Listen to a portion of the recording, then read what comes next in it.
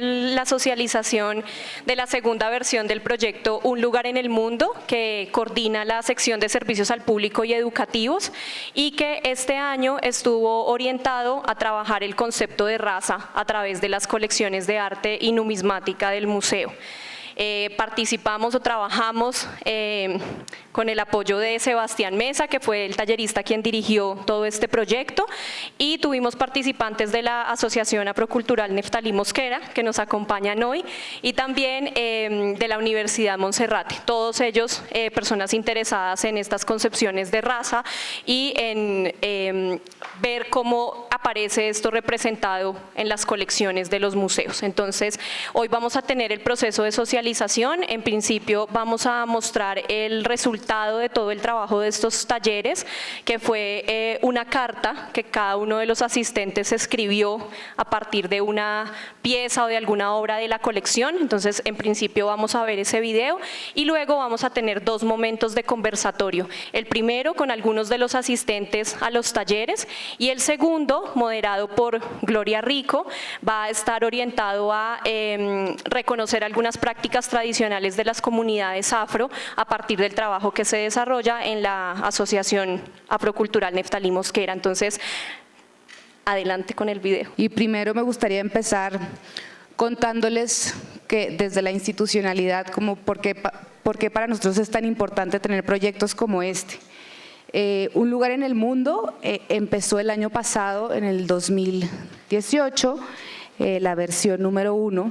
Sebastián ha sido el tallerista y quien hizo la conceptualización de las dos versiones, Sebastián Mesa, quien está a mi izquierda. Y en la primera versión trabajamos con la Red Comunitaria Trans, hicimos una serie de 10 talleres y la idea era explorar el tema de género en relación con las colecciones de arte del Banco de la República. Este año nos enfocamos en trabajar el tema de raza como una construcción social, histórica y cultural, y tuvimos la suerte de poder trabajar con la Asociación Afro Neftalí Mosquera y la Universidad Monserrate. Gracias a todos, los veo que están por acá. Y a mí me gustaría primero empezar a esta conversación con una idea que nosotros creemos que los museos son un espacio de encuentro, son un espacio activo, creemos que deben de ser también un espacio propositivo. Nos interesa a la sección de servicios al público y a la unidad de artes hacer conexiones con aquellos públicos con los que normalmente estamos distanciados. Es por eso que invitamos a esta comunidad a ser parte de este taller. Y me gustaría, tenemos acá entonces a la persona que conceptualizó y hizo casi todos los talleres. Tenemos acá nuestro primer contacto de la Asociación Neftalí Mosquera, tenemos al representante de la Universidad Monserrate y una asistente a todos los talleres. Entonces, primero, antes que eso, también me gustaría pues agradecer personalmente a todos los participantes, Camila, que es quien nos acompaña en este momento, Carlos Andrés, David Machuca, Diana Soto, Eduardo Silva, Edwin Cuellar, Ibeto Laya, Julisa del Carmen, perdón si pronuncio algún nombre mal, Canisha, Catherine, Lina, Lisette, María Alejandra, María Sofía, María Viviana, Mary Pulido, Mónica, Nancy, Néstor, Osiris, Rosalba, Santiago, Sofía, Jimena, David, Edwin, Canisha, Lisette y Mónica. Esta socialización también es una parte muy importante del proceso porque creemos que es importante en los museos empezar a cambiar el rol, es decir, ellos fueron asistentes al taller, pero en este momento hacen parte de este conversatorio, también en algún momento fueron artistas, también en algún momento expusieron en nuestras salas. Con las actividades también nos interesa cambiar estos roles, nos interesa crear procesos, nos interesa que los participantes se vuelvan más que un solo participante a un taller. Nos interesa crear procesos en el tiempo en donde la relación entre las obras y los espacios culturales sean mucho más profundas. Y bueno, me gustaría que nos contaran todos los que están acá, como cuál fue su interés, en el caso de Sebastián, de proponer un taller como un lugar en el mundo, y por este lado me gustaría saber ustedes cuál fue su interés inicial en participar, cada uno de ustedes desde sus distintas disciplinas, y también que nos contaran un poco cómo fue el proceso de las 14 sesiones que tuvimos con ustedes. Entonces paso la voz a Sebastián. Empieza tú, que tú lo conceptualices. Es que luego termino diciendo un montón de cosas y no quiero extenderme tanto, pero Un lugar en el mundo tiene ese título justamente porque tal vez es la gran preocupación que ha aparecido en diferentes títulos, tanto del cine, la literatura y la teoría, ¿no?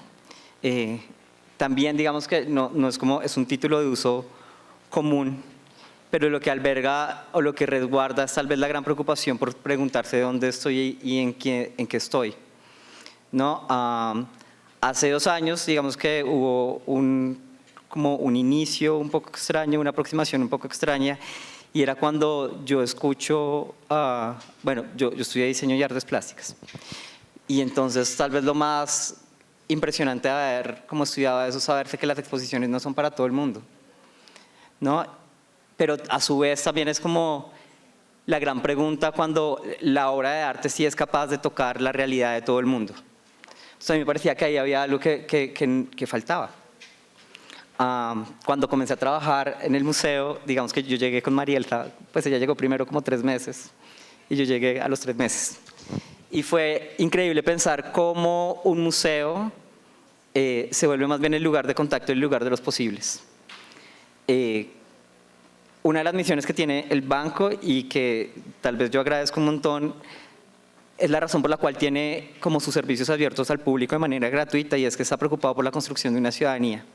Los museos en últimas vienen siendo esas instituciones que resguardan lo que se considera como legado y que de alguna manera como un sistema o un instrumento de verificación y cualificación determina qué ciudadanías valen la pena ser vividas y cuáles no, cuáles quedan por fuera. Si uno pensase que los museos son lugares como únicamente estables, rígidos, que muestran eso que deberíamos como presentar, tal vez no tendría sentido pues secciones como la educación.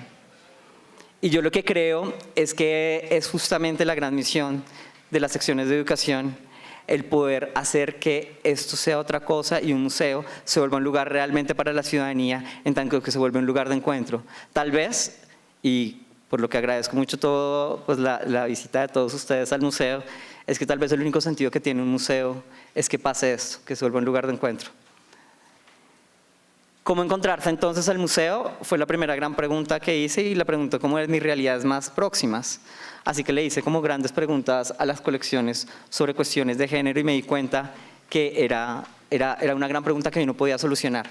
Así que le propuse al banco desarrollar un programa que le preguntara a estas colecciones cómo se construye social y culturalmente una idea de género y qué tipo de ciudadanías de primera y de segunda las construye, ¿no? Qué tipo de vidas y realidades las atraviesan. Así que invitamos pues a gente que sabíamos que en ese momento se estaban preguntando lo mismo que tal vez comenzábamos a preguntarnos acá en el museo, y fue la razón por la que vino la Red Comunitaria Trans en ese primer momento. Pensarse el cuerpo es pensarse un cuerpo que tiene forma y que está no solo generado sino también racializado, y constantemente las discusiones que se tenían en ese primer momento tenían que ver con pensarse cómo esa otra categoría, ese otro paradigma comenzaba a afectar las realidades de las vidas de diferentes personas, inclusive las de quienes estamos acá. En últimas, pues sí, mestizos y todo, pero también somos migrantes en muchos casos, ¿no? Marielta es mexicana, por ejemplo. Y eso nos llevó a entablar los primeros diálogos con Nelson y luego con Ivette, que fueron súper enriquecedores cuando les quise proponer pensarse y hacer la pregunta con ellos al museo sobre cómo se construyen esas políticas de la representación que dan lugar a quienes existen por fuera y que van a tener un lugar en el museo como ciudadanos, y como esos ciudadanos que tienen acceso a la cultura y que a la vez no tienen acceso a la cultura por las diferentes grandes brechas sociales y culturales en las que vivimos en un país como el que vivimos, que es justamente un poco la reflexión que me queda, ¿no? Como cuál es el papel que nosotros tomamos en un país como este, de este primer gran momento donde tuvimos nuestras manos conjuntas. Así que eso abrió esta pregunta, y creo que es una pregunta que debe continuar. Y gracias. Gracias. Bueno, si quieren continuar. Buenas tardes para todos, todas. Mi nombre es Néstor Vidales, soy diseñador, docente, fotógrafo. Todo esto surge a partir de una aproximación que se hace con todo el grupo y la asociación AFNEMO, con Yulisa, con Ivette, con todos sus integrantes.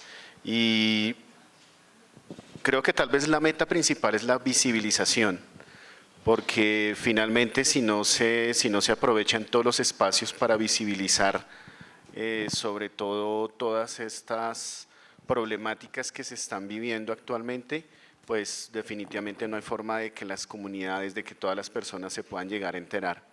Más allá de visibilizar problemas, yo creo que el asunto era aquí poder visibilizar asuntos ancestrales, y que es como esa meta que nos hemos propuesto con el grupo de Yulisa, es aprovechar todos aquellos espacios posibles que hayan para visibilizar todos estos elementos ancestrales, los elementos que hacen parte de la vida de las sabedoras, de estas mujeres sabias que generación tras generación y que a través de la oralidad pueden llegar a mantener todas estas tradiciones, y que actualmente por esta diáspora que están teniendo ellos de este desplazamiento hacia una ciudad, es tal vez de pronto las únicas cosas que les quedan para poder recordar de dónde vienen, recordar qué son.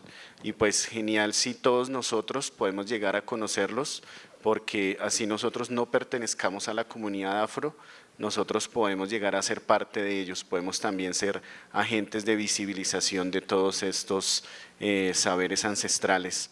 También surge a través de la parte académica, charlas con los profes de la Monserrate, en los cuales muchas veces dialogábamos precisamente sobre estos temas, sobre temas de visibilización, de exotización y de otros que definitivamente en la labor docente es importante que se tengan en cuenta, porque son herramientas que nosotros le podemos dar a nuestros jóvenes y a las futuras generaciones, tanto para que tengan en cuenta cómo son las representaciones, cómo pueden llegar a afectar y cómo definitivamente nosotros podemos llegar a tener otras miradas, esas miradas del otro. Como lo decía en algún momento Stuart Hall, que fue un autor que pues agradezco mucho a Eduardo y a Liz y a Diana por haberlo conocido, y también a Lina por todos estos diálogos que conteníamos. Y finalmente cuando nos llega la propuesta que nos llama Sebastián y su grupo, nosotros decimos pues definitivamente hay que aprovechar, porque es el momento para que esto se visibilice y para que así mismo como lo hace Anansi a través de estos diálogos, a través de todas estas historias, por medio de la tradición oral, se sigan visibilizando y se sigan comunicando a las demás personas. Buenas tardes a todos y todas. Mi nombre es Diana Soto, soy docente de la Unimonserrate. Nosotros llegamos, la Unimonserrate llega como tal a este proyecto, este taller, ya como lo mencionaba hace un rato Néstor, gracias a toda esta conexión que tiene la institución con el Quilombo en la localidad de San Antonio, gracias a Néstor que nos informa de este proyecto.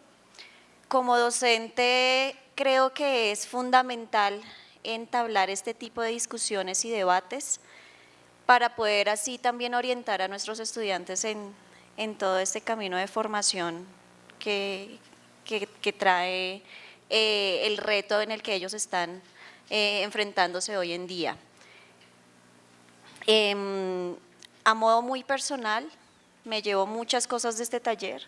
Siento que llegué pensando, tenía de pronto muchos escenarios también de experiencias de vida, pero hay muchas cosas que se logran hacer visibles y podemos darle voz. Entonces eso me nutre muchísimo como maestra, hablar de temas como género, raza, el manejo del poder, nos hace reflexionar muchísimo sobre el contexto en el que nos estamos moviendo y las personas, los estudiantes que estamos formando, sobre todo porque estoy en una escuela de educación, formo licenciados, entonces es fundamental tener un contexto tanto intelectual, académico del tema, como obviamente personal. Es un crecimiento personal y agradezco muchísimo al museo como tal por la oportunidad y darnos siempre la apertura de poder trabajar en pro de esto. Buenas tardes para todas y para todos. Mi nombre es Camila Villegas Mosquera, abogada de profesión y en estos momentos soy candidata a magíster en Derechos Humanos. Yo quisiera abrir este espacio contando una anécdota porque pues también considero que es bueno contar obviamente las cosas bonitas que pasan, pero también las que no son tan bonitas. En uno de los talleres que tuvimos, que fue yo creo que el taller que más me impactó de los 14 talleres, vino como una persona auxiliar a apoyar una clase de Sebastián, o una clase en un taller. Estoy en el tema educativo, apoyar un taller de Sebastián. Dicha persona se encontraba haciendo un doctorado en estudios culturales. Entonces, pues uno dice como, wow, o sea, debe saber muchísimo, debe ser el alma mater de, mejor dicho, de mucha gente. Al hablar ella, dice como, es que las personas que fueron esclavas, no me acuerdo en realidad cómo fue muy bien el contexto, pero dijo la palabra así, esclavos. Entonces, todos… como que, bueno, si está haciendo un doctorado en estudios culturales, debe saber que la gente no fue esclava porque quiso ser esclava, porque la esclavizaron. Yo creo que ninguno hubiera querido decir, ay, no, yo me voy para allá, para Colombia o para donde sea, a que me esclavicen y mejor dicho, y trabajo. Entonces digamos que fue uno de los talleres que más me impactó y lo cuento porque muchas veces con el lenguaje también decimos cosas que son hirientes y que de pronto no queremos hacerlo, pero pues que de una u otra manera también siguen reproduciendo estereotipos y estigmatizan a una comunidad constantemente. Bueno, por otro lado, soy también pago parte de la organización afrocultural Neftalí Mosquera y digamos que, como decía Diana, yo tenía también otra expectativa del proyecto. Se cumplió la expectativa de pronto que traía, a pesar de que no era la misma, y sentí que de pronto, pues es bueno saber que de pronto gente que está desde afuera de nuestra comunidad se interesa porque también quiere conocer. Muchas veces yo he llegado a la conclusión de que el racismo, la discriminación se basan por el desconocimiento, entonces sentir que de pronto el Banco de la República, aunque con todas sus limitaciones, porque hay también muchas limitaciones que la institucionalidad también tiene, decir como, bueno, miremos la cosmovisión de las personas negras, de las mujeres negras, porque más que todo nosotras nos enfocamos fue en visibilizar el trabajo de la mujer negra. Entonces, para mí fue significativo que digamos que el banco tratara como también de ponerse en los zapatos de las mujeres negras, como ya lo mencioné, y no sé, no me voy a decir más porque a veces me extiendo hablando. No, está perfecto, muchísimas gracias. Sí, creo que parte del interés de, pues tanto de Sebastián como de la sección de servicios al público es eso, hacer visible pues de pronto comunidades que no son tan visibles y sobre todo cuestionarnos si la institución, si los museos del Banco de la República están representando a todos, que al inicio yo me acuerdo que estuve en la primera sesión que yo les decía que para mí el logro máximo sería que ustedes siguieran viniendo a los museos, que eso es lo único que queríamos, que se sintieran cómodos en los espacios, que seguramente no estaban representados como algunas otras comunidades, eso es cierto, pero lo que nos interesaba es que a través de estas acciones cada vez más nos sintamos como más unidos y más cómodos. Me gustaría entonces hablar un poco de el proceso en el sentido en el que pues, las dos participantes, tanto Camila como Diana, que nos cuenten cómo fue la selección tanto de la obra como de cómo decidieron, cómo fue su relación con los talleres tanto de textil como de creación literaria, que acá están los dos talleristas. Gracias también a ustedes. Bueno, entonces eso me parece bien. Sebastián va a contar brevemente cómo se estructuró el programa y después me gustaría darle las palabras a ustedes dos sobre y que nos cuenten cómo fue la decisión, también el uso de la palabra, qué significó el uso de la palabra en este ejercicio y bueno, también que cuentes un poco el tema de qué es Anansi y por qué es la referencia a este taller. Bueno, entonces digamos que el programa se desarrolló en 14 sesiones. Es como el taller más extenso que ha tenido el museo. De hecho, es más extenso que la primera versión que hicimos el año pasado. Este año, digamos que hubo una gran intención por darle bastante agencia a quienes participasen, de manera que no se volviese un sololoquio, pues de uno diciendo qué es lo que uno cree que está viendo y diciendo. También invité, acá están afortunadamente y ojalá luego puedan decir algo, invité a 3 talleristas que se hicieron cargo del grupo y el proceso y yo desaparecí durante 5 semanas. Y esas personas pues fue Paulo y también Juanita que están acá, también Diana Salas, que también ella hace papeles múltiples y ha sido nuestra hoster el día de hoy, también fue participante, pues digamos como tallerista. Además de eso, invité a cada una de las sesiones, o intenté en su mayoría de sesiones, invitar a diferentes artistas, investigadores, conferencistas, narradores y escritores a poder también poner en diálogo eso que ellos construían, las cosas que nosotros teníamos en diálogo, para poder construir diferentes diálogos desde el disenso y desde el consenso. Lo que comenta Camila me parece buenísimo, porque una de las cosas que me parece como problemática de la época en la que vivimos es que tenemos que adecuarnos constantemente a esta idea de lo políticamente correcto y las buenas maneras de que todo tiene que salir bien, todos tenemos que ser amiguitos, no debemos como pelear ninguno con ninguno, no tenemos que tener diferencias, y me parece chévere que Camila pues haya, por ejemplo, mencionado esto que ha sucedido, que finalmente también es una parte clave de lo que viene. El taller de Paulo Moreno, levanta el brazo. Pablo desarrolló un proyecto o una propuesta de escritura creativa y Juana desarrolló un taller de diseño de moda textil, como una hibridación para pensar como un ejercicio de la plástica. La primera sesión fue revisar, o fue más bien la introducción por la que yo les presentaba el proyecto anterior y cómo pensar la colección a través de los estudios de raza, entendiendo raza como un paradigma cultural. La segunda sesión hablaba justamente de este paradigma cultural. La tercera era una idea sobre el contacto que se podía tener entre unos discursos oficiales y unos no oficiales.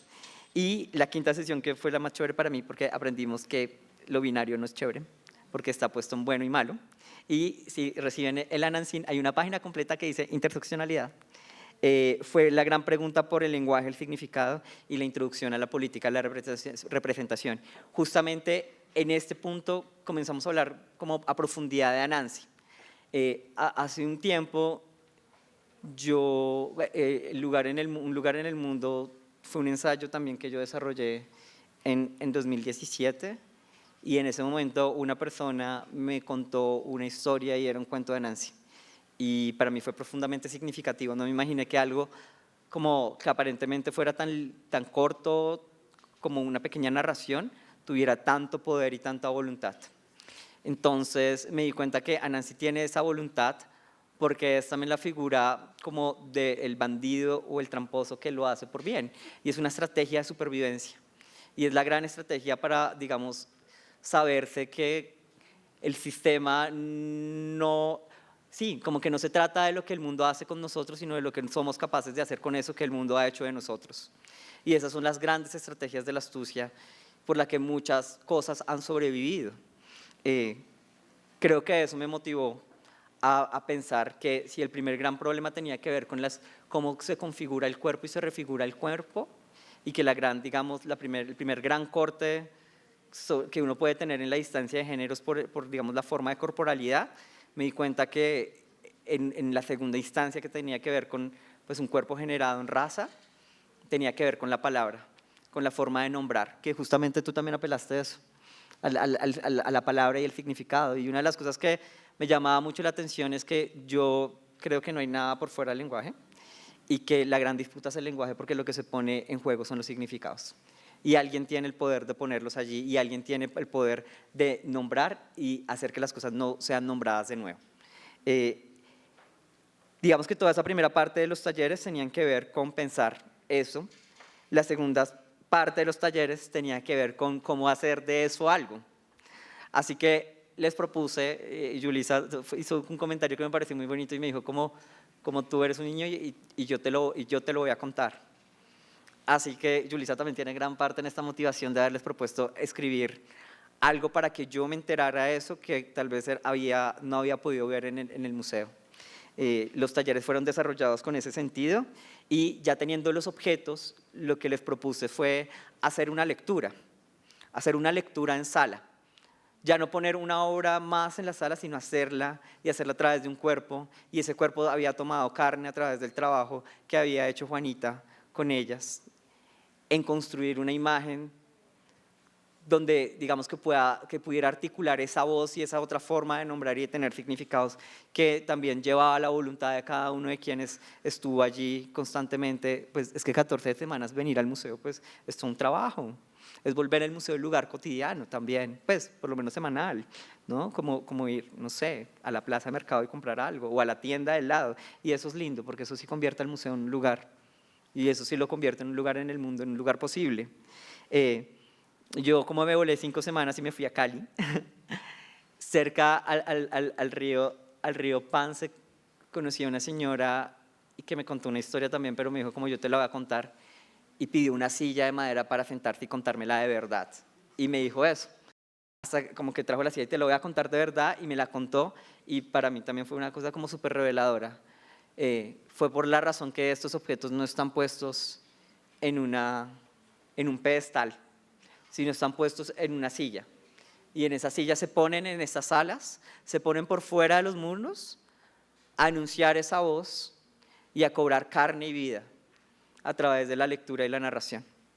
Eso es, digamos, como lo que encierra en general el proyecto de 14 semanas, y la sesión última se llama Cartas a Nancy, Diálogo Ancestral, y para mí este no es el cierre del proyecto, es la última sesión, y es la que tal vez le da más sentido a todo lo que hicimos los últimos 3 meses. Muchas gracias.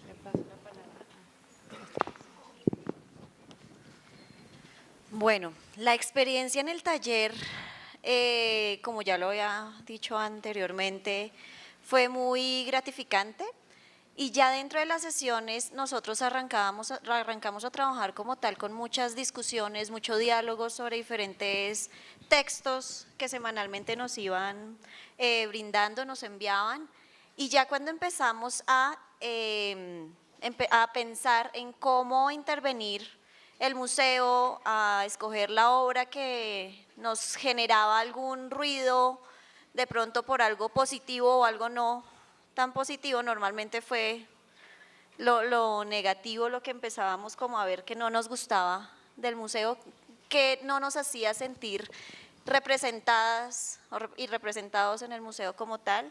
Entonces por ahí empezó la experiencia de escoger esa obra.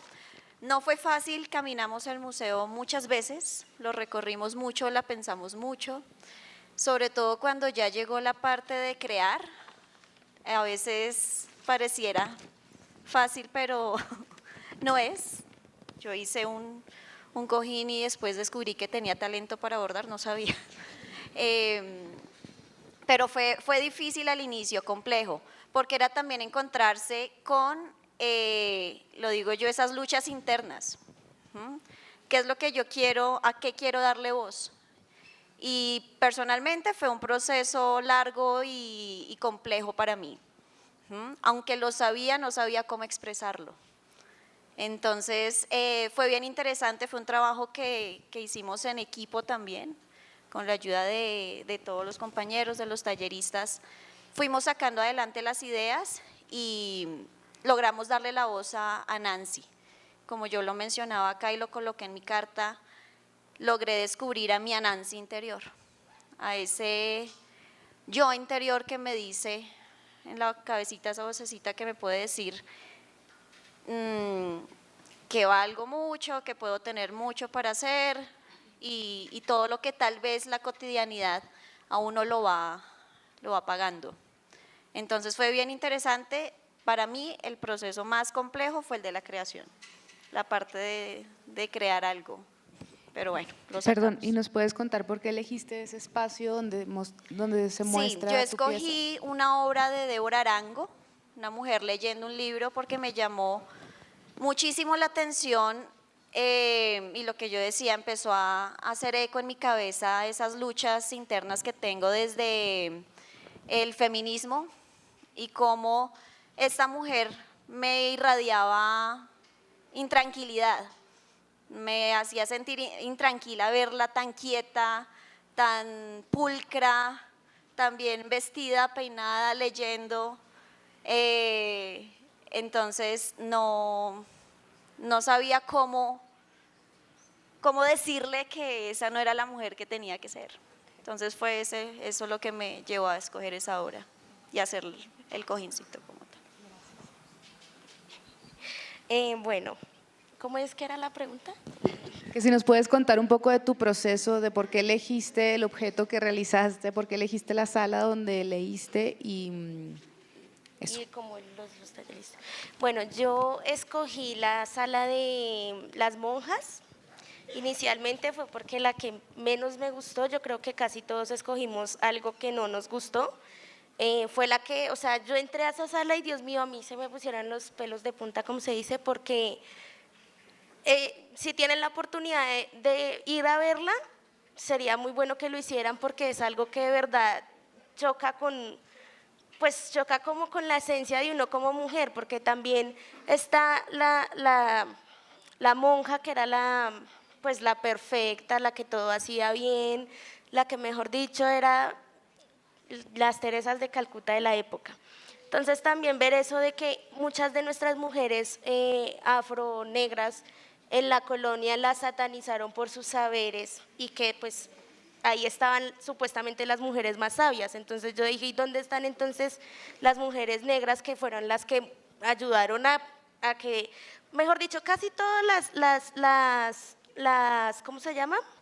En esa época casi todos los niños eran criados por mujeres negras, eran amamantados por mujeres negras, eran curados de sus enfermedades por mujeres negras. Entonces fue como ponerlas también en el lugar de que les corresponde. Las mujeres negras son más, o bueno, no puedo decir que son más sabias que las mujeres de las otras comunidades, pero siempre se las ha segregado en ese sentido por el saber que tienen.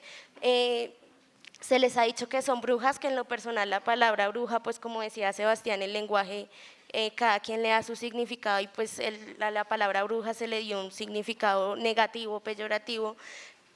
Siempre fueron tildadas de eso, entonces yo dije, no, yo quiero intervenir aquí porque pues me parece que si están ahí las mejores de las mejores, pues también debería estar la mejor de las negras. Entonces, por eso mi Anansi no fue como una Nancy que saliera de mí, sino fue una representación que vi de lo cotidiano, que veo de lo cotidiano, que es mi mamá, y ay, no, de verdad me produce mucha nostalgia porque pues muchas veces también nosotros como hijos no valoramos lo que los papás hacen por nosotros. Entonces también fue de mi parte como darle un valor de todo lo que ella sabe, de todo lo que hace, y de todo lo que ha traído a colación desde el África hasta aquí. Bueno, digamos que para mí el taller más difícil fue el de la escritura, no porque no me gusta escribir, porque de hecho escribo muchas cosas, pero volviendo al tema de los significados de las palabras, es complicado darle un significado a algo que ya todo el mundo tiene en su subconsciente como que esto es, y entonces como que traslapar todo eso es también otro proceso. Volviendo a la palabra que utilicé ahorita de esclavos, no es lo mismo cuando usted le dice a una persona negra afrodescendiente, sus antepasados fueron esclavos, a sus antepasados fueron esclavizados. Eso empieza también a reivindicar todas las luchas que han venido haciendo nuestros antepasados y nuestras antepasadas, y también empieza como a cambiar los estereotipos que tiene la sociedad. Entonces, para mí, escribir el texto fue como lo más complicado de los talleres porque pues no quería como escribir lo mismo que siempre se ha hablado y pues quería darle otros significados a las palabras pues que digamos que consigné en esa carta. Me gustaría que, ya que los veo como con el folleto, el fanzine, Anansín, ya que los veo con el Anansín, nosotros y nosotras entre todos construimos una carta abierta que es básicamente como un manifiesto. Sería chévere que lo leyeran y miraran que pues que ese fue como el resultado de lo que todos pensamos, de que estos espacios están segregados para la mayoría de las personas y pues más aún si tienes una condición, o no una condición, no sé cómo decirlo, o más si perteneces a una comunidad étnica, más si eres una mujer que haces parte de los sectores LGBT, más si es para una mujer indígena. Entonces es también como que en ese texto recogimos entre todos y todas de que igual aunque nosotros estemos en un constante proceso de formación, va a ser difícil para muchas de nuestras comunidades acceder a estos escenarios y lograr entenderlos, porque no es lo mismo uno venir a pararse a ver un cuadro, y si yo no tengo toda una formación académica, difícilmente pues voy a lograr interpretar lo que dice. También voy a decir ya la última cosa, que también este escenario a mí en lo personal me enseñó a valorar aún más el arte de mi comunidad, porque se ha enseñado que los alabados no son un arte, para el mundo occidental no es un arte, que los cantos de nuestras cantadoras no son arte, y yo en estos últimos 2, 3 años he reflexionado mucho como de los cantos y los alabados, los gualís, entre otras cosas, que todo eso es como nuestra literatura, porque todo eso cuenta la historia de nuestros antepasados y nuestras antepasadas. Y no siempre nos han dicho, las comunidades negras no pintan, las comunidades negras no hacen artes plásticas, las comunidades negras no hacen literatura, pero para mí todas nuestras canciones son una literatura hablada y cantada, obviamente. Ya, quiero cerrar con eso.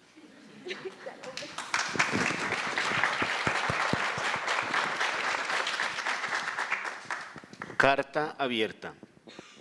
Las hijas de Anansi nos declaramos contradictorias y fronterizas como posibilidad artística y política que permite el disenso. Nosotras, las mal narradas, silenciadas y violentadas, exigimos nuestro lugar. Que estas paredes hablen de la fuerza de nuestro pueblo, de la grandeza de nuestros ancestros y de la verdad sobre nuestros asesinos. Que este lugar se llene de vida, que nuestras voces y cantos retumben y crispen la piel de quienes las oigan. Fueron tiempos difíciles en los que nuestros ancestros no tenían poder de representación de sus cuerpos y saberes en las esferas sociales, políticas o artísticas. Se torna frustrante que en el siglo XXI, la era en la que se habla de la inclusión de todas las diferencias, en las colecciones de arte no se evidencie lo negro, lo libre, lo humano y la mujer como escenario de la vida. Como han pasado tantos años y siguen mostrando aquello que no representa el cuerpo que represento. Cuando por fin nos vemos en un espacio, vemos nuestros cuerpos colonizados y nosotras, vencedoras, narradas como vencidas. Este es un lugar de los tantos que quisiéramos acariciar. Pensaríamos que si se hiciera cómplice de lo que nuestros ojos han visto, de lo que nuestros cuerpos han sufrido, de los logros que guardan nuestras memorias y las cicatrices del olvido, quizás, tan solo quizás, sentiríamos que se empieza a llenar ese vacío. Todo esto debe ser visible a las nuevas generaciones de este mundo y globalizado, donde a veces lo propio no tiene valor. Resignificar nuestra historia debería ser la principal misión, ya que en esa dicotomía de querer y no poder, hoy podemos. Y podemos hacerlo cantando nuestros cantos, bailando nuestros bailes, hablando nuestro lenguaje y viéndonos desde nuestras visiones. pintando las paredes de colores, con pasillos musicales y con rostros de negros de pelos duros. Que nos miren por doquier, ocupamos ahora los lugares que nos han cerrado. Por eso, nos gustaría ver más personas afro en el museo y que las exposiciones en las que nos vemos representadas sean más permanentes, como la de los machetes. Aquí estamos y aquí nos quedamos, con la ira que produce el lenguaje de las imágenes que no lograron representar a los cuerpos negros. Las imágenes que construyen relatos deberían ser construidas no desde lo hegemónico, pues no siempre esto hace parte de lo relatado. Solo observa frío cómo construye su historia e imagen para perpetrarse, en lugar de representarnos desde una apuesta de reivindicación histórica. Por eso, nosotras nos declaramos libres, cambiantes y sentipensantes, en un no lugar y no tiempo. La realidad de nuestra historia y lucha debe ser visible ante los ojos de todos.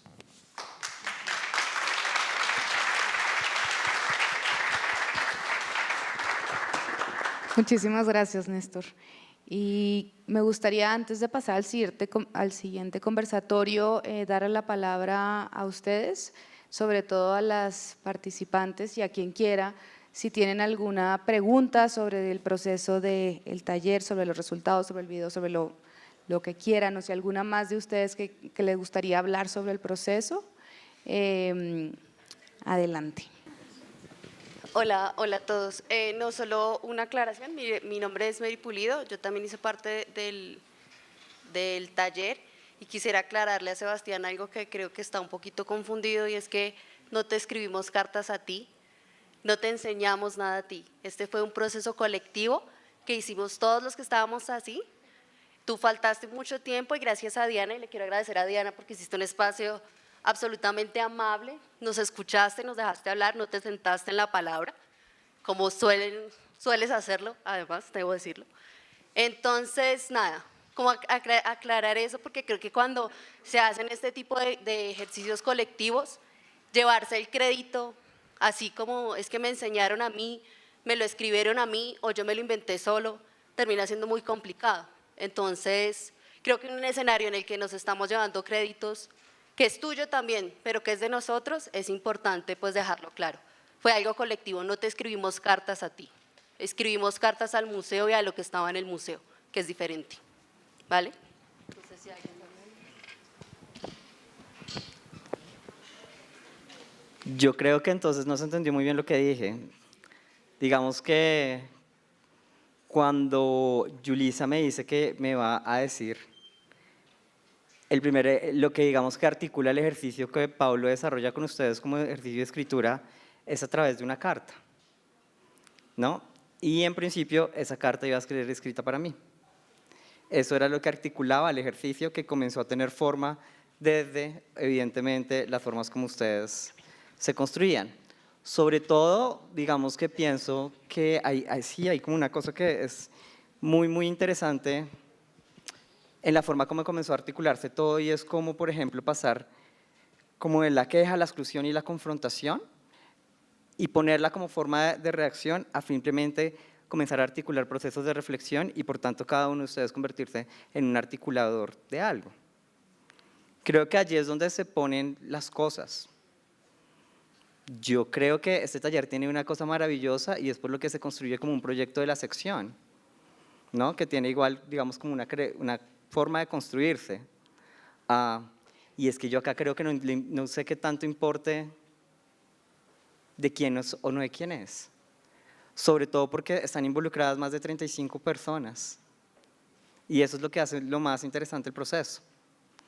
Entonces yo creo que, como que lo que dices, pienso que es como, a propósito del lenguaje, tal vez no me estoy por explicar o tal vez estás como quisiendo entender lo que quieres entender y no lo que estoy diciendo. Son dos opciones. Por lo otro, no veo como una razón para confrontar. Y digamos que no sé qué más puedo decir como al respecto. Sí, claro.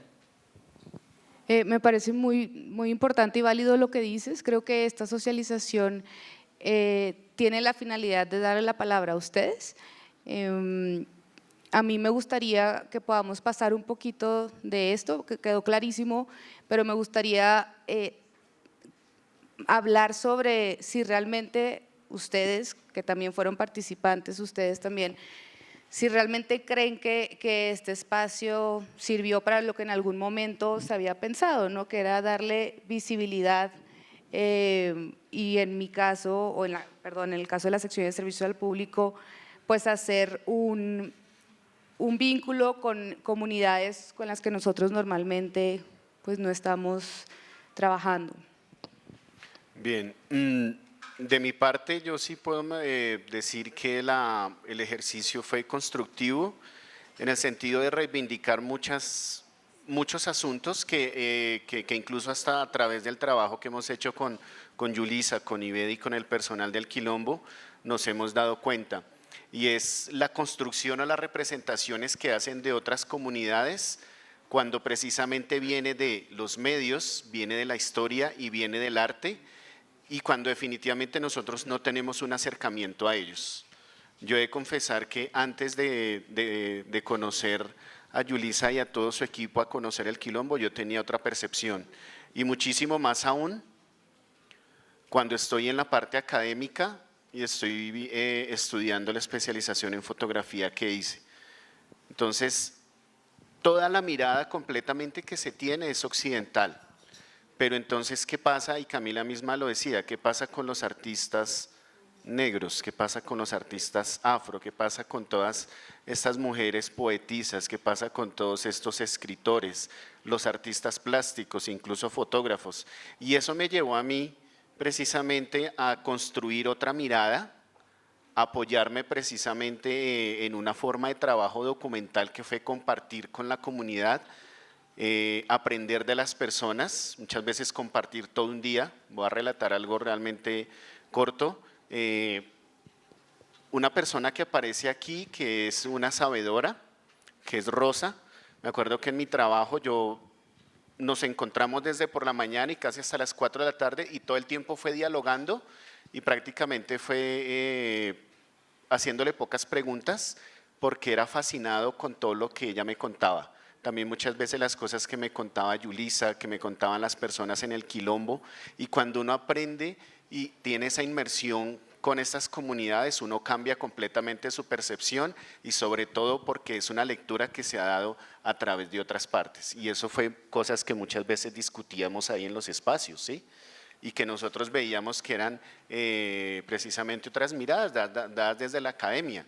Entonces, qué bueno es cuando se pueden obtener esas miradas directamente desde las comunidades, nosotros poderlas confrontar y muchísimo más nosotros prácticamente como prácticamente docentes que somos, porque nosotros estamos no muchas veces ejerciendo la docencia en un aula de clase, pero también lo estamos haciendo ante la comunidad. Entonces, por mi parte, yo me llevo muchísimas más herramientas para compartir con mis estudiantes, compartir con las personas allegadas y sobre todo como fotógrafo, como diseñador y como realizador audiovisual que soy, para poder tener una mirada muchísimo más justa y muchísimo más, se puede decir, centrada en lo que es la verdadera comunidad. Bueno, muchísimas gracias. Pues retomando lo que dices, creo que es darle la palabra a ustedes. Seguimos con el siguiente conversatorio, el conversatorio con las sabedoras de los quilombos. Nos acompaña Julisa, Marta y Diacho. Gracias a todos.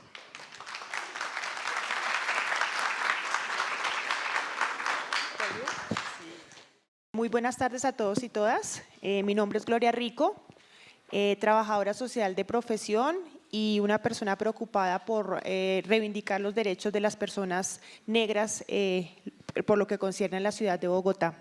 El rol que voy a cumplir hoy es de moderadora con estos tres personajes que nos van a contar de sus experiencias dentro de la recuperación de los saberes ancestrales. Por lo cual el primer punto es que cada uno se presente, muchas gracias, con su nombre, su lugar de procedencia y cuál es su experiencia dentro del proceso de la recuperación de la ancestralidad negra. No sé si le damos el primer lugar al caballero. Listo, entonces la señora Yulisa Mosquera. Bueno, muy buenas tardes para todos y todas. Como lo dije ahorita, mi nombre es Yulisa Mosquera Murillo, chocuana de Quibdó, madre de 4 maravillosos hijos, ya abuelita, 2 nietos, y una incansable luchadora en la defensa de nuestros saberes, porque creo que desde el mismo momento de que nacemos lo traemos implícito. Fui criada por una mujer mitad negra, mitad indígena, donde siempre nos inculcó el valor de la tierra, pero también el valor de ser mujeres negras. Trabajadora social por la defensa de mi comunidad, defensora de derechos humanos, y ahorita en este momento soy consultiva distrital en la defensa, digamos, de la misma comunidad. Estar aquí, el tema del desplazamiento nos hizo salir del territorio, pero como decimos nosotros, cuando salimos del territorio, no es que las cosas del territorio se quedan allá, nosotros las traemos encima como una maleta. Y una de las cosas que traemos encima es todos estos saberes que, a Dios gracias, llegamos a Bogotá y pudimos encontrarnos como mujeres maravillosas como Marta, y que hablamos un mismo lenguaje viniendo de diferentes territorios, pero que teníamos muchas mujeres la misma preocupación con los saberes y cómo ponerlos y empezar a romper con todas esas brechas que hay sobre los saberes, sobre todo en la ciudad de Bogotá. Cuando un negro coloca todas estas cosas que hacen parte de nosotros, lo ven como brujería, y nosotros estamos empeñadas en romper y empezar con ese nuevo lenguaje de reconocer lo que tiene ese otro y esa otra, y sobre todo lo que la comunidad negra ha traído desde el mismo África, y que estamos en una deuda eterna porque no se nos ha reconocido esos saberes. Entonces yo creo que la lucha nace desde el mismo momento que estaba en el vientre de mi madre. Muchísimas gracias. Bueno, muy buenas tardes nuevamente. Mi nombre es Marta Lucía Rentería Barreiro. Tengo sangre chocuana y sangre tumaqueña, criada por una mujer que le decían chola, ¿no? Esa mezcla del indígena y el negro.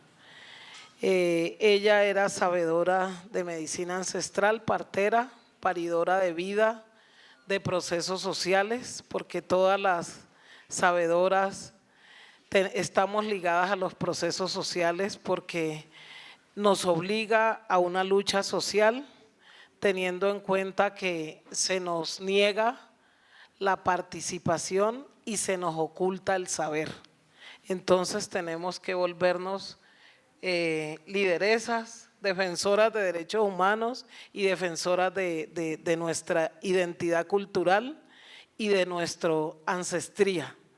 Entonces, y aquí, en esta lucha, nos encontramos un día con Yulisa, ¿no? Somos paridoras de los quilombos de medicina ancestral. Yo me encuentro como quilombo autónomo en la localidad de Bosa. Ahora que voy a nombrar a la Universidad de Monserrate, nosotros hemos hecho 3 libros con el profesor Luis Alberto Arias, con los semilleros de investigación, sobre toda esa identidad cultural y sobre esa resiliencia y la resistencia del pueblo afro. Entonces le voy a dar la palabra a mi compañero y sobrino además espiritual, porque eso somos nosotras las mayores con ellos, ¿no? Con los jóvenes. Muy buenas tardes. Bueno, mi nombre es Diacho Carabalí Valdés. Soy oriundo del distrito Agua Blanca, Cali, Valle del Cauca. Mi papá es del norte del Cauca, sí, mi mamá viene del sur del Cauca. Mi padre es afro, mi madre indígena. Mi proceso, el arte nació como una orientación muy fuerte en esa reivindicación, y vi en el arte algo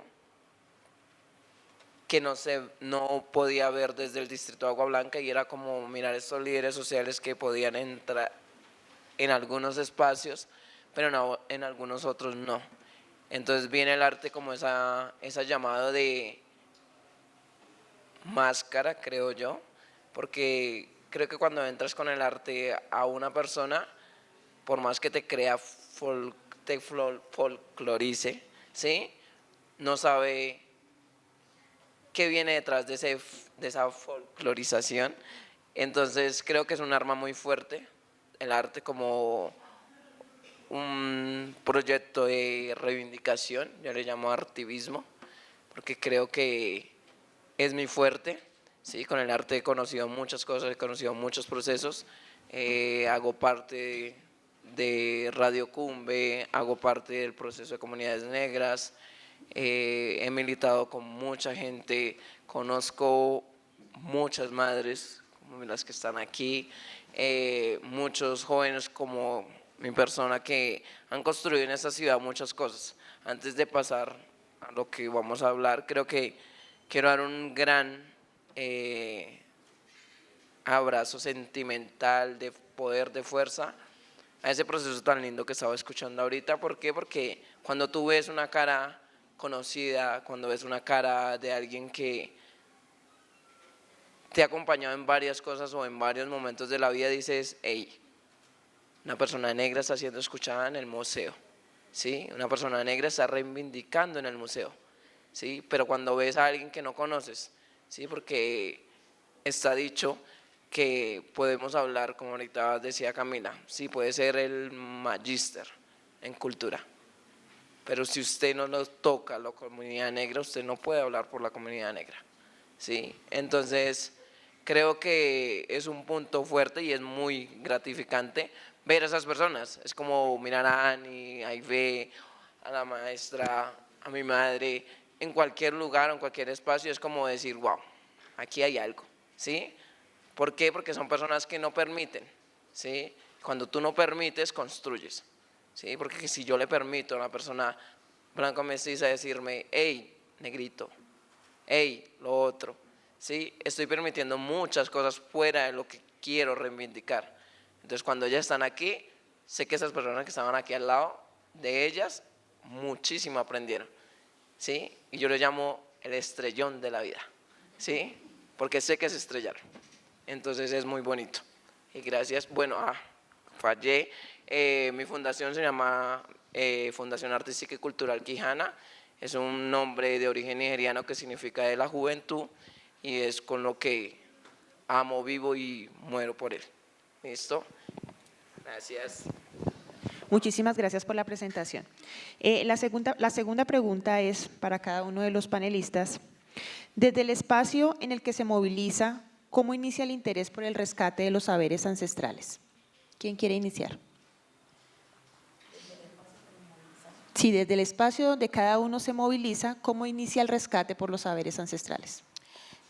Bueno, nosotras, como dice la maestra Marta, en esos azares de la vida, llegamos por todo el tema del desplazamiento a la ciudad de Bogotá y nos reencontramos y nos pensábamos un sistema de salud donde los saberes ancestrales estuvieran inmersos. Pero cómo hacer que estos saberes que durante siglos han estado como una cosa secundaria fuera una cosa real y auténtica, cómo llegar a las administraciones que son bien complejas y pudieran entender. Fueron días y meses, años prácticamente de lucha para que la administración pasada pudiera entender y sentarse con nosotros a discutir sobre los saberes. Y fue a través de esa lucha de años donde pudimos hablar de los quilombos y hablamos como una forma de traer nuestra medicina del territorio y ponerla en la ciudad de Bogotá al servicio de toda la comunidad negra y comunidad no negra. A pesar de que veníamos de territorio, cada una traía un saber distinto y una forma distinta, porque los saberes son prácticas y cada región tiene una práctica diferente. Es decir, yo puedo recibir el niño de una forma, Marta de otra, y eso no nos separa, antes por el contrario es una fortaleza porque podemos compartir esos diferentes saberes y hacerlo más fuerte y entendernos, y es complejo porque a veces sentimos que tenemos la autoridad moral y desconocemos lo que trae el otro o la otra, y ponernos de acuerdo muchas veces en discusiones, la forma hasta llegar a concluir que los saberes son prácticas que han estado milenarias traídas por nuestras ancestras y nuestros ancestros, y que nosotros tenemos que fortalecerla como legado a nuestros jóvenes, porque sentimos que la única forma que la comunidad negra ha resistido y seguirá resistiendo es a través de estos saberes que los traemos a cuesta. Entonces, desde esos movimientos propios, movimientos negros, logramos traer una propuesta tan importante como fue los quilombos de medicina ancestral, donde los ponemos a la ciudad de Bogotá y le decimos, esto es lo que tenemos, esto es nuestra medicina, nosotros necesitamos reivindicar, pero también necesitamos que rompan con esos imaginarios, que lo que es medicina para nosotros, para ustedes, brujería, y empezar a crear un lenguaje propio, porque como decía el finado Jairo Varela, cuando el negro va corriendo es ratero y cuando el blanco corre es atleta, pero asimismo cuando la mujer negra hace sus prácticas es la bruja, y cuando la mujer blanca hace las prácticas es la científica. Entonces necesitamos ahí romper con eso y decir no, poner al mismo nivel lo que traemos, una medicina que ha curado milenaria, porque cuando llega el médico a la ciudad de nosotros, cuando llegan a nuestros pueblos, hace tiempo nuestras sabedoras y nuestras parteras sanaron. Entonces, ¿cómo poner nuestra medicina al mismo nivel de la medicina occidental cuando la medicina occidental se alimenta de la medicina ancestral? Entonces, yo dejo ahí para que la maestra continúe. Gracias. Se ha logrado mucho, sobre todo en un país que, con el perdón de los hermanos indígenas, es un país indigenista donde a nosotros los negros nos niegan nuestros derechos colectivos. Fue muy duro y sigue siendo duro, porque a pesar de que existen los quilombos de medicina ancestral, no realmente existe ese respeto. Se ha logrado y se logró en la pasada administración colocar en escena la medicina ancestral afro, pero eso no fue fácil, fueron muchos trasnochos, azares, fueron muchas cosas, angustias, fueron volvernos nosotras vigilantes, estar atalayando al funcionario. Eso no fue de que sí, ustedes son negros y vamos a hacer unas acciones afirmativas para reivindicar sus derechos. Eso sigue siendo todavía duro, muy duro. Por eso hay veces entramos en rebeldías, porque somos mujeres rebeldes y decimos, no renunciamos a esto, pero no le seguimos el juego al establecimiento. Esperamos que en la próxima administración podamos avanzar y el quilombo Niaria Saray de Bosa pueda estar nuevamente desde la Secretaría de Salud dando esa línea. Ahora somos autónomos, pero atendemos 30, 40 personas diariamente. Estoy ofrendando ese trabajo por mis ancestros, de no cobrarlo, de atender a la comunidad y decirle al establecimiento, usted está equivocado. Nosotros tenemos que tener una autonomía dentro de nuestras prácticas ancestrales, y así hemos venido caminando y caminando y caminaremos y seguimos caminando. Todos los días llega una información espiritual y seguimos avanzando. Y además de eso, que la academia hoy esté interesada por esas prácticas ancestrales, es muy importante para nosotras porque la medicina ancestral afro es muy femenina. Por eso cuando yo hago mis rituales para limpieza del útero, yo veo que es el renacer de la vida y es de mujeres. En nuestra medicina ancestral hay hombres que la practican, pero somos más mujeres. Y las que hemos logrado mantener ese legado somos las mujeres. Porque primero fueron los efectos de la guerra que nos ha obligado a mantenernos mínimamente compartiendo un pensamiento, y es compartir esa medicina, mantenerla a pesar de las luchas, ponerla en Bogotá al servicio del pueblo. No fue fácil. Bogotá, yo amo a Bogotá, pero no hay que desconocer que es una ciudad racista y clasista y neoliberal. Todo el país es neoliberal, pero acá se ve más afianzado, la gente es reaccionaria.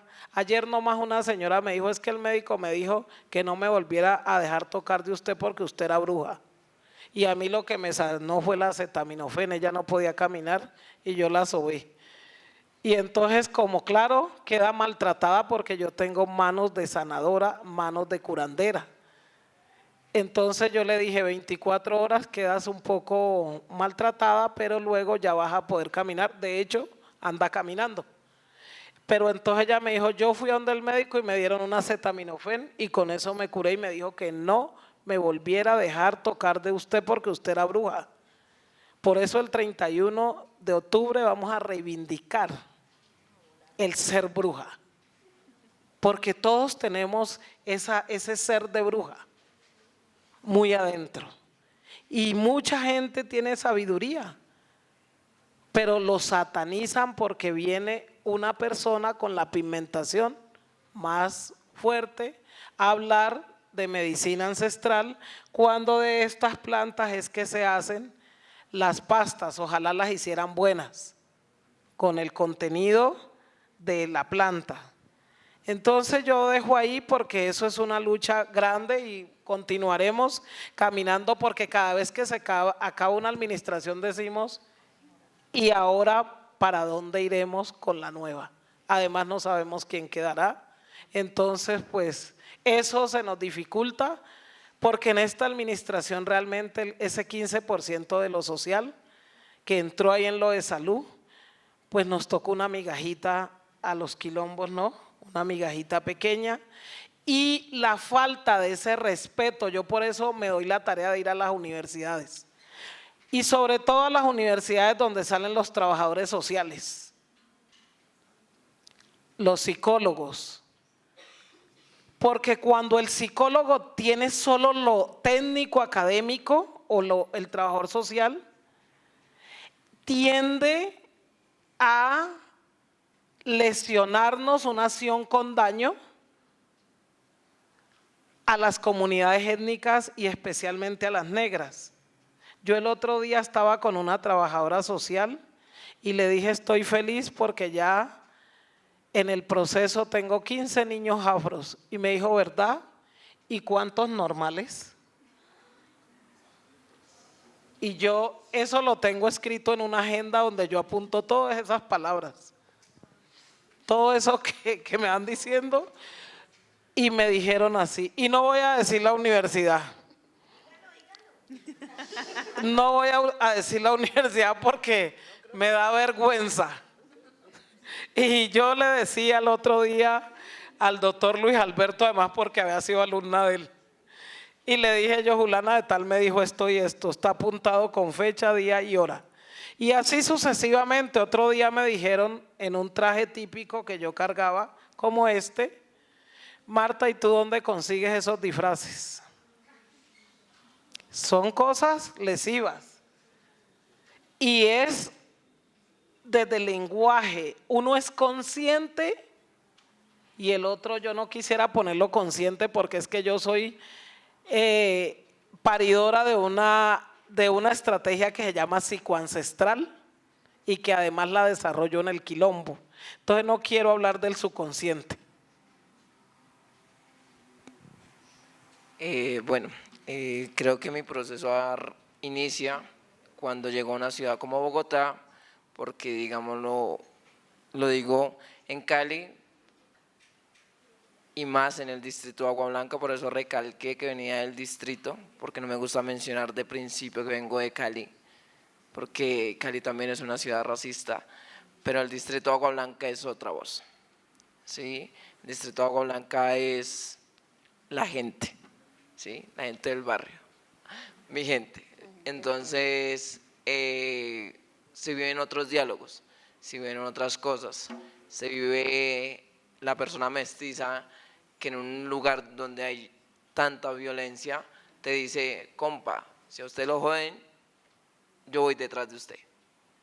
¿Sí? Siendo mestizo, siendo lo que sea, no está importándole si eres negro, si eres esto, si eres lo otro. ¿Por qué? Porque se está hablando un amigo, ¿sí? De crianza, de todo este tipo de cosas. Pero llego a Bogotá a hacer mi grado 11, claro que no sé si lamentarlo o no sé, pero vine a hacer 11 a Bogotá, ¿sí? Vine a hacer mi grado 11. Cuando llegué aquí a Bogotá, dije, wow. Dije, la primera vez que entré al salón, ¿sí? La profesora Marcela Fonseca, la recuerdo mucho, ella era del Valle, es del Valle, y era mi profesora de español, y era la directora del curso. Acá fue que yo vi que acá habían un poco de onces, o sea, 11A, 11B, 11C, no sé qué, ¿sí? Entonces, yo estaba en 11A cuando el primer día de clase normal, todo el mundo normal, porque precisamente ese primer día de clase pues no fueron los ñeros, como ellos decían, porque yo no conocía la palabra ñero, y los zorreros y no sé qué, y yo dije, pues bien, ¿sí? Yo vengo de calle, vengo de mi calle, entonces para mí no me afecta la palabra, sino, y tampoco el ser de la persona, pues cada quien elige qué hacer. Entonces no habían ido ese primer día al colegio. Cuando llegó al segundo día, dije, pues bueno, chévere, o sea, porque todo el mundo, pues las peladas y los pelados como que normal, todo el mundo normal, no había como ese rechazo directo, como wow, porque yo me sentía extraño. Era el único negro de todo bachillerato, junto con mi primo, ¿sí? Con mi primo Anderson, que también le tocó durísimo, entonces éramos los únicos 2 negros, ¿sí? Y en primaria habían 3, habíamos 5 negros en la jornada de la mañana, solamente. Entonces fue wow, o sea, en Cali yo creo que esa cuantía pequeña era más de la gente mestiza que lo contrario. Cuando llegó el segundo día, un muchacho que era el caballo del colegio, ellos le decían que era el caballo, el más de todo, el más patán de todos, dijo, entré al salón, llegué ese día un poquito tarde, ¿sí? Entonces entré corriendo cuando me dice, María Jesús, y yo, wow. Sí, mi primer impacto fue decir, ¿en serio? Y creo que desde ahí algo se despertó en mí, porque una cosa es estar como en ese ámbito en que Cali, o sea, tanto por la violencia o como sea, o sea, nadie va a llegar al distrito de Agua Blanca y decirte, hey, negrito María Jesús, o sea, porque sabe que le corre por los pies, ¿sí? Y lo digo así abiertamente, ¿sí? Sabe que le corre. Entonces llegar aquí, entonces sentir esa vibra y decir, el negrito María Jesús, y lo volví a repetir. Y yo, o sea, en ese momento entré en un no sé, pero yo no sabía si reírmele o decirle, oye, ¿qué te pasa? Y me devolví y le dije, compa, ¿en serio me estás arremedando? Porque ni siquiera te estás llegando al punto, ¿sí? Si estás tratando de arremedar a un negro, no hablas como una persona negra, ¿sí? Estás imitando qué, ¿sí? ¿Sabes de dónde viene tu María Jesús? ¿Sí? No lo sabes, estás replicando lo que otro te enseñó. Entonces el hombre se queda, ay, pero el negrito se puso bravo, oh.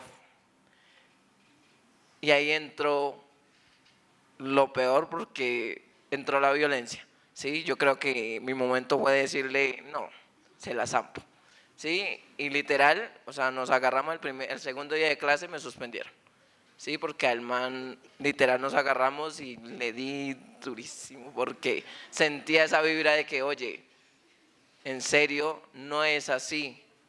Entonces, desde ahí empezó mi construcción, porque dije, cambia el ámbito.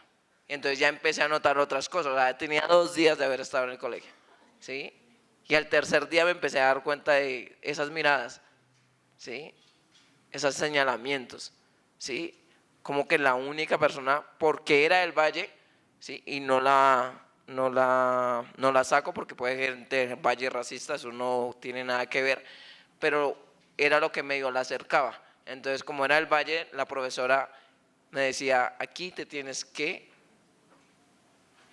volver una persona que no permite, ¿sí? Si quieres perdurar en una ciudad como Bogotá, ¿sí?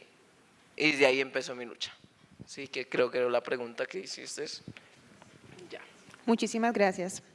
La siguiente pregunta es, ¿cuáles han sido los retos, los logros y las dificultades que se les ha presentado en el ejercicio de visibilización de los saberes ancestrales? Bueno, los retos han sido muchos. Uno de los retos es poder tener espacios como estos, que yo me imagino que no son muy frecuentes en el museo, poder nosotros traer los saberes y ponerlos aquí, tener estos jóvenes que comprendan que hay otras miradas, porque muchos de los que están aquí sentados en algún momento de su vida han discriminado, consciente o inconsciente. Entonces, digamos, uno de los retos es poder decirle a la comunidad bogotana, esto es lo que tenemos, esto es lo que somos, estos son saberes que son igual de respetables a los otros saberes, pero también hemos ido avanzando porque hemos ido abriendo espacios que no estaban primero permitidos y ahorita tenemos espacios permitidos, como un espacio como esto. Para mí este es un gran logro, o sea, tener la medicina hoy aquí en un museo es un gran logro, pero también retos con la administración, que todo tiene que ser a través de acciones afirmativas. No tendríamos que estar en Colombia todavía las comunidades negras luchando para que a través de acciones afirmativas den respuesta a lo que somos, cuando ya desde el 91 que, digamos, la comunidad negra empieza a tener esa valía que no tenía en el país. Se nos ha dicho que somos un país pluriétnico y multicultural y todavía tenemos que cosas como esta es pelearlas a través de una acción afirmativa. Entonces siento que los retos es poder nosotras seguir luchando para que esto, digamos, se consolide y no tengamos en años futuros tener que estar a través de acciones peleándonos los espacios que nos corresponden por derecho propio. Pero también siento que en este momento, digamos, yo coordino la Comisión de Salud y yo saber que a través de los quilombos 50 personas están trabajando y se han convertido en vocera de la medicina, es decir, vamos avanzando hacia un buen futuro porque llegarán años, sueños, donde la medicina de nosotros estará al mismo nivel de la medicina occidental. Entonces yo creo que uno de los grandes retos es poner la medicina nuestra al servicio, digamos, de todo el país, digamos, de Bogotá, pero también ponerla al mismo nivel que está la medicina occidental y seguir avanzando, que jóvenes, que la academia se interese en llevar todos estos saberes y puedan comprender esa cosmovisión y cosmogonía que nosotros tenemos como pueblo negro y no se tengan que repetir escenarios como lo que tuvo que vivir Diacho, que todavía siguen viviendo nuestros niños, que todavía viven viviendo nuestras niñas en los colegios, que se nos violentan todo el tiempo por nuestro color de piel, porque es que a nosotros no nos discriminan por nada más, sino que a nosotros se nos discrimina es por el color de la piel, por el fenotipo que tenemos. Entonces, poder ver que la academia abre estos espacios para que los jóvenes empiezan y los mismos profesores, porque a veces violentan con el lenguaje, puedan tener otra forma, otra mirada de lo que es y lo que ha significado el pueblo negro. Yo creo que ese es uno de nuestros mayores retos, que un joven más no tenga que contar anécdotas como esta, que tenemos que recurrir a la violencia porque no se nos respeta por lo que traemos, por lo que aportamos, sino que todo el tiempo se nos violenta por tener un color de piel diferente. Bueno, yo creo que uno de los retos importantes, yo creo que ya hemos hablado de las dificultades mucho. Entonces, uno de los retos importantes es continuar avanzando con el tema de medicina ancestral. Aparte de esas 50 personas que están contratadas por la Secretaría hoy en Los Quilombos, habemos otras que no estamos contratadas y continuamos siendo también voceras y desde nuestro saber ancestral atendiendo a la población. Lo que hemos puesto es un saber al servicio de los bogotanos y bogotanas en este sentido. Entonces, ese es nuestro mayor reto, continuar, pero sobre todo llegar a que la institución, los profesionales que terminan estando en las instituciones comprendan y entiendan la hegemonía y ese saber ancestral de las comunidades negras y tengan ese respeto, porque para yo visibilizar la medicina, para yo visibilizar los saberes ancestrales que no solo están en la medicina, sino en la música, en el arte, en cada collar que una mujer usa, sea de semilla o sea el collar de los ancestrales, todo eso tiene un arte y hay que ponerlo en escena y cada uno de esos saberes, este sonido de este tambor, cómo podemos relacionarlo en la sanación. Entonces, pero debe de la institucionalidad y los profesionales entender eso. Y cuando los profesionales lo entiendan y lo respeten, lo traen a estos escenarios públicos como son los museos, donde digan estos son los aportes de la comunidad negra, de la comunidad palenquera, de la comunidad afro. Y este es el aporte también de las mujeres. Los quilombos son una apuesta de paz. Cuando se crearon los quilombos, se crearon como una apuesta de paz de los negros y negras que estábamos residentes en el distrito, producto del desplazamiento forzado. Entonces yo creo que cuando entendamos eso, logramos que en los museos estén, que hablen de Juana García, que fue la primera curandera que vino esclavizada y que vivió allá en Monserrate. Monserrate no debería llamarse así, sino Juana García. Si se reivindicara realmente los saberes y los aportes de los negros. Bueno, voy a hablar, creo que los logros es ver que cada día una ciudad como Bogotá tiene más ese diálogo homogéneo dentro de su comunidad, ¿sí? Porque creo que ya no somos los 2, 3 en un colegio, ¿sí? Sino una gran población que todavía ni siquiera se ha censado porque no hay una cuantía, no hay, el gobierno no tiene esa caracterización de cuánta comunidad negra hay, pero nosotros sí lo sabemos. Nosotros desde el diálogo, desde nuestros procesos, desde nuestras luchas, sabemos cuánta gente, ¿sí?, negra hay en Bosa, cuánta gente negra hay en tal lugar. En números no te lo puedo asegurar, ¿sí?, pero sé y tenemos sopeso de que hay mucha población negra, hay más que hace unos años. Entonces creo que es un logro porque llegan a una ciudad que no los va a estrellar tan de frente, ¿sí? Las dificultades, creo que ya hemos hablado de eso también, como decía la maestra Marta, y creo que están muy erradicadas a esos estereotipos, a esos fenotipos, a esas estigmatizaciones, ¿sí?, que tiene la comunidad en general acerca de lo que es un negro, ¿sí?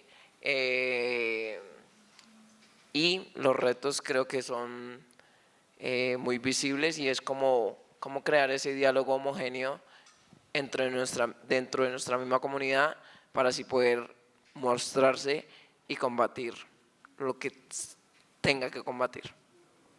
Muchísimas gracias. Bueno, en este punto yo quisiera mencionar, porque me han enseñado que uno tiene que hablar cuando tiene que hablar, y como también hice parte de la estrategia de la recuperación de medicina ancestral, uno de los logros que nuestra comunidad ha hecho es recuperar las prácticas a través del conocimiento de nuestros mayores.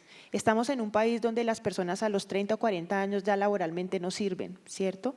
Y encontrar en nuestros quilombos, la compañera ha mencionado más de 50 personas empleadas, encontrar más del 30% de esas personas que pasen de los 80 años empleadas, sirviéndole a esta ciudad y sirviéndole a esta sociedad, creo que es uno de los mayores logros que también ha logrado la recuperación de los saberes ancestrales. En este punto quisiéramos que el auditorio participara y la persona que quiera levante la mano y desarrolle brevemente cuál es su percepción, cómo ha cambiado la percepción que ustedes tienen de los saberes ancestrales desde el momento en que entraron a este auditorio y se encontraron con cosas que no sabían. ¿Quién quiere participar? Muy buenas tardes. Bueno, más que, digamos, no es asombro. Yo pensaría que es más lo que ustedes han venido a decir, es una reivindicación de esas pautas ancestrales, digámoslo así, de esa medicina ancestral. Porque, bueno, en mi caso personal, no es que sea, digamos, algo nuevo, algo que yo a entrar al auditorio dijera, wow, no, lo hemos sabido, por mucho tiempo hemos sabido de la medicina. Desafortunadamente, como decían ustedes, los panelistas, desgraciadamente, desde la conquista está ese estereotipo exactamente, de que es una magia negra, de que sí, o sea, es algo peyorativo, pero mentiras. Yo pienso que, y me parece espectacular esa labor que ustedes están haciendo, los felicito de verdad de todo corazón, porque aunque yo no soy negra, tengo familiares negros y les enseño a mis hijas a verlos como iguales. Les digo a mis hijas porque desgraciadamente sí, ustedes tienen toda la razón, es una sociedad racista. A veces en los colegios tienen esas tendencias a inculcarles a los niños ese pensamiento como que el negro es diferente a ellos. Y no, yo les digo, mami, ustedes son tan iguales que ellos. Ellos tienen los mismos derechos, las mismas posibilidades. Es más, no cerrarnos de pensamiento. Entonces, realmente los quiero felicitar.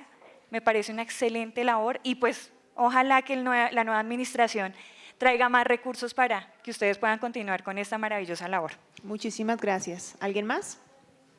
Bueno, yo creo que lo primero que hay que destacar es la perduración con respecto a esa idea de sacar adelante la medicina ancestral, ¿no? Sí, sin embargo, yo pues tengo como en consideración esa idea de que además de que es complicada la lucha, creo que también toca cambiar el pensamiento de las personas, porque como ustedes nos comentaban, la medicina occidental, pues, o sea, incluso tenemos en la mente que es mejor, sin conocer, por ejemplo, la medicina ancestral, los beneficios, y sí, yo creo que hay algo que es muy importante o que por lo menos yo me voy a llevar cuando salga al auditorio y es que uno tiene que tener muy en cuenta esta clase de medicinas, las alternativas, o por lo menos lo que debería ser lo primordial para nuestra sociedad, que ha sido basada en muchas distinciones de cultura. Y sí, yo creo que es muy importante poder, como además de tan solo entrar en ese campo, como apreciarlo y respetarlo, así como pues lo pudimos apreciar el día de hoy, por ejemplo, al comienzo, cuando estuve ahí abajo. Y muchísimas gracias. A usted. ¿Alguien más? Bueno, queremos agradecer a cada uno de los panelistas, a ustedes por la escucha activa y pido un aplauso para las personas que participaron hoy.